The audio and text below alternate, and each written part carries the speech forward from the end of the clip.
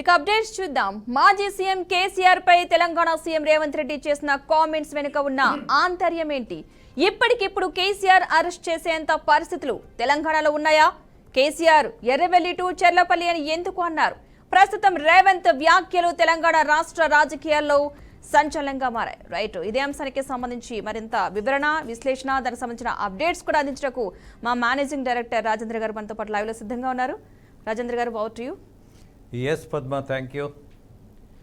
నిజానికి ఇవాళ తెలంగాణ ముఖ్యమంత్రి రేవంత్ రెడ్డి అన్నట్టుగా is it so easy to arrest mister KCR? Possible? తర్వాత పరిణామాలు.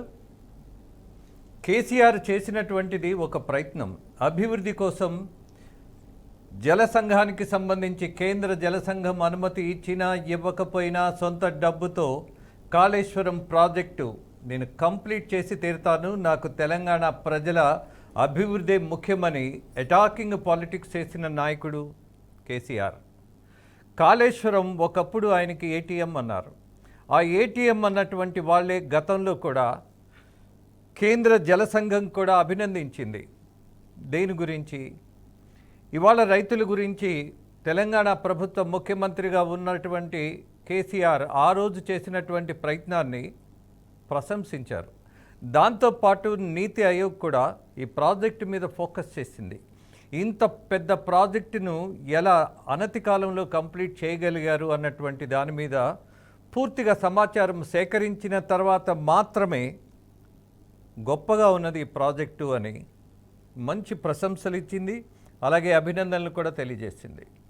మరి ఒకప్పుడు ఇలా జరిగినటువంటి రాజకీయం ఇవాళ మరో మలుపు తీసుకుంటోంది. ఎందుకని? ఇవాళ వచ్చినటువంటి కాంగ్రెస్ ప్రభుత్వంలో మొట్టమొదటిగా ఫోకస్ చేసింది గత ప్రభుత్వం చేసినటువంటి పొరపాట్లు ఏమిటి అనంటే, ఒకటి Kaleshwaram project, and second one అది ప్రభుత్వం తీసుకొచ్చింది కాదు, అది ఆల్మోస్ట్ బయటపడినటువంటిదే ఫోన్ ట్యాపింగ్. ఈ ఫోన్ ట్యాపింగ్లో తీవ్రమైనటువంటి ఆరోపణలతో ఇవాళ కేటీఆర్ జైలుకి వెళ్తాడా, అలాగే ఇంత దుర్మార్గం చేస్తాడా, అలాగే సొంత సోదరి ఫోన్ కూడా ట్యాపింగ్ చేసేటటువంటి ఈ దుర్మార్గం ఏంటి? దట్టు ఇవాళ విచిత్రంగా రక్షాబంధన్ సందర్భంగా కూడా ఇది ఒక సెంటిమెంట్గా కూడా జనం ఆలోచించే పరిస్థితి వచ్చింది. ఎందుకని? వార్తల్లో కనపడుతున్నది గత ప్రభుత్వంలో ఆ రోజున్నటువంటి నాయకులు పార్టీ బీఆర్ఎస్ పార్టీకి సంబంధించిన వాళ్ళ లేకపోతే విపక్షాలకు సంబంధించిన వాళ్ళ అన్నటువంటి వివక్షత లేదు ఇక్కడ. ఎవరి మీదంటే వాళ్ళ మీద, ఎలా పడితే అలా. దీంతోపాటు మీడియాకు సంబంధించిన వాళ్ళు కూడా ఇందులో ఇన్వాల్వ్ అయినటువంటి పరిస్థితి. ఒక ఛానల్కు సంబంధించి అధినేత ఎప్పుడైతే ఈ ఆరోపణలు వచ్చినాయో, కొన్ని ఆధారాలు దొరికినాయో, వెంటనే దేశం వదిలి పారిపోయాడు ఆ మహానుభావుడు. అలాగే విచిత్రమైనటువంటి ఒక రక్షణ వచ్చింది సుప్రీంకోర్టు నుంచి, ఇతన్ని అరెస్టు చేయొద్దు అని. ఎవరిని? ఈ మీడియా పర్సన్ని. ఎందుకని? ఏమో మరి కోర్టుకి ఏం తెలిసిందో, ఏమర్థమైందో, అరెస్టు మాత్రం చేయొద్దు, విచారణ చేయండి అంది, తొందరపడద్దు అంది. సో అతనికి చిన్న వెసులుబాటు దొరికింది. అలాగే పోలీస్ అధికారులు, నిజానికి ఇందులో ప్రధాన పాత్ర వహించినటువంటి ఒక అధికారి ఎన్ని గేములు ఆడారంటే అన్ని గేములు ఆడారు. నిజానికి ఫోన్ ట్యాపింగ్ జరగకపోతే పోలీస్ అధికారికి వచ్చినటువంటి ఇబ్బంది ఏంటి?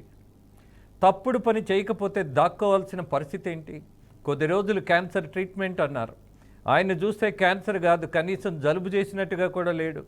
అంత స్పష్టంగా మనకు కనపడుతోంది. ఆయన బాడీ లాంగ్వేజ్ చూసినా, ఆయన హెల్త్కు సంబంధించిన సమాచారం తీసుకున్నా, ఆయన అంత ఇబ్బంది పడుతూ ఎక్కడో కూర్చున్నటువంటి దాఖలాలు ఎక్కడా లేవు. తప్పు చేసి దాక్కొని తప్పని పరిస్థితుల్లో ఆస్తులు మొత్తం స్వాధీనం చేసుకుంటామని హైకోర్టు ఒక రూల్ ఆఫ్ లాను తీసుకొచ్చినప్పుడు అప్పుడు భయపడి, ఎప్పుడు భయపడి? ఆస్తులు పోతాయేమోనని భయపడి, పరువు పోతుందని కానీ, లేకపోతే తప్పు చేయలేదు అన్నటువంటి నమ్మకంతో కానీ వచ్చినటువంటి దాఖలాలు లేవు. ఆస్తులు పోతాయేమో అని పరిగెత్తుకొచ్చినటువంటి పోలీస్ అధికారి ఆయన. అలాగే ఇవాళ అనేకమైనటువంటి విషయాలు మనం గమనిస్తున్నప్పుడు, ఇవాళ నిన్న కొన్ని వాదనలు వింటున్నాం. బండి సంజయ్, ఆయనకి సిట్ అధికారులు నోటీస్ ఇచ్చారు, మీరు అటెండ్ అవ్వండి, కొన్ని సమాచారాలు మీ దగ్గర తీసుకోవాలి, మీ ఫోన్ కూడా ట్యాపింగ్ అయిందని. ఆయన వెళ్ళి ఆయన మాట్లాడుతున్నాడు. ఎస్, నేను అధికారులు చెప్తున్నటువంటి విషయాలు చూసినప్పుడు ఆశ్చర్యపోతున్నా అని. ఇదొక పెద్ద ప్రహసనంగా మారిపోయింది రాజకీయాల్లో. ఇవాళ కాంగ్రెస్ పార్టీ చాలా పట్టుదలగా ఉన్నది. ఎలాగైనా సరే బీఆర్ఎస్కు పార్టీకి సంబంధించిన నాయకులను జైలుకు పంపించటంలో వెనకాడేది లేదు. ఒకటి phone tapping and Kaleshwaram. Phone tapping అయితే ఎవరు తప్పించుకోలేరు, దాన్ని ఎవ్వరూ సమర్థించలేరు. కానీ ప్రభుత్వం, ఏ ప్రభుత్వమైనా ఒక నిర్ణయం తీసుకొని కొన్ని ప్రాజెక్టులు చేసినప్పుడు అందులో అవినీతి జరిగితే మాత్రం ఖచ్చితంగా విచారణ జరగాల్సిందే. కానీ కక్షపూరితమైనటువంటి రాజకీయాలు కొంత అవకాశం కలిగే అవకాశం కూడా ఉంటుంది. ఎలా? గత ప్రభుత్వాన్ని తప్పు పట్టాలి అనంటే ప్రతిదాన్ని జల్లెడు పట్టి ఇదిగో తప్పు జరిగినా జరగకపోయినా తప్పు జరిగినట్టుగా చూయించే అవకాశం కూడా ఉంటుంది. చూయించడం కాదు, జనాల్లో ఒక రకమైనటువంటి యావగింపు, వ్యతిరేకత తీసుకొచ్చే ప్రయత్నం కూడా ప్రస్తుత ప్రభుత్వాలు గత ప్రభుత్వం మీద చేసే అవకాశాలు ఉంటాయి. ఆ ప్రమాదం కూడా ఉంటుంది. బట్ కేసీఆర్ని అరెస్టు చేయటం అనేది లక్ష్యం అయితే దానివల్ల వచ్చే పరిణామాలు విపరీతంగా తెలంగాణ ప్రజా జీవితంలో ఉంటుంది. కేసీఆర్ చిన్న నాయకుడు కాదు.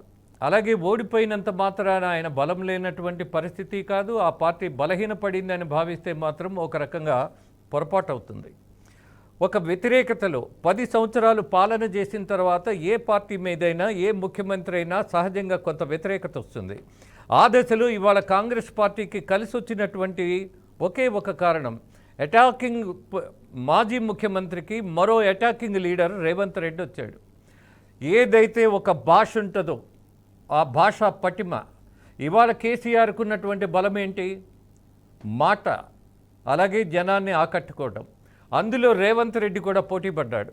అలాగే జనంలో ఉన్నటువంటి కొంత అసంతృప్తిని కేసీఆర్ కుటుంబం మొత్తం తెలంగాణ ప్రజల యొక్క ధనాన్ని దోచేసింది అన్నటువంటిది, అలాగే దగా చేసింది అన్నటువంటి దాన్ని బాగా నమ్మించే ప్రయత్నం చేశారు. అందులో కొన్ని నిర్ణయాలు కూడా ఆ రోజు ఉన్నటువంటి ప్రభుత్వానికి వ్యతిరేకంగా ఉండబట్టి ఇవాళ కాంగ్రెస్ పార్టీ అధికారంలోకి వచ్చింది. ఎనీహౌ, ఒకే ఒక స్పష్టత చూడాలి పద్మ మనం. ఇవాళ కేసీఆర్ని అరెస్ట్ చేయగలిగేటటువంటి సాక్ష్యాధారాలు ఉన్నాయా? ఆఫ్కోర్స్ పీసీ ఘోష్ ఒకే ఒక వ్యక్తి నిర్ణయం మేరకే ఇవాళ కాళేశ్వరం నిర్మాణం జరిగింది అన్నటువంటిది ఆ స్టేట్మెంట్ అయినా ఒక ముఖ్యమంత్రిగా ఆయన తీసుకున్నటువంటి నిర్ణయాలు, అందులో అవినీతి ఉంటే తప్పుపట్టొచ్చేమో కానీ, అందులో దోచేసినటువంటి దాఖలాలు ఉంటే శిక్షించొచ్చేమో కానీ, బట్ నిర్ణయమే తప్పు అనంటే రేపు రాబోయే రోజుల్లో ఏ ముఖ్యమంత్రి ఎలాంటి నిర్ణయం తీసుకున్నా మరొక ప్రభుత్వం, మరొక పార్టీ యొక్క ప్రభుత్వం వస్తే చేసేది ఇదే అవుతుంది కదా. ఇది రొటీన్ అయిపోతుంది కదా. గత ప్రభుత్వాన్ని తప్పుపట్టేటటువంటి అలవాటుగా మారితే వచ్చినటువంటి కొత్త ముఖ్యమంత్రి పాత ముఖ్యమంత్రిని శిక్షించడానికి, ఆ పార్టీని తొక్కేయడానికి ఇది ఒక ఆయుధం అవుతుంది కదా. అందుకని కాళేశ్వరం అనేది తీసుకున్నటువంటి నిర్ణయం తప్పో ఒప్పో దాన్ని సరిచేసుకొని ముందుకెళ్ళాలి ఇవాళ ఉన్నటువంటి ప్రభుత్వం. అవినీతి జరిగితే మాత్రం ఎండగట్టచ్చు, సమస్య లేదు. కానీ అంత తేలిగ్గా అవినీతి జరిగింది అనడానికి సాక్ష్యాధారాలు దొరికాయా? దాని మీదే ఇవాళ ఫోకస్ చేయాల్సిన పరిస్థితి ఉన్నది. రాష్ట్రాన్ని సాధించినటువంటి ఒక నాయకుడు, వన్ ఆఫ్ ది లీడర్గా కేసీఆర్ని తీసుకోవాలి, కన్సిడర్ చేయాలి. There is no doubt about that. అలాంటి నాయకుడిని మనము అరెస్టు అనేటటువంటి పదము ఉపయోగించబోయే ముందు కొంచెం ఆలోచించి ఉపయోగించాలన్నది నా అభిప్రాయం పద్మ.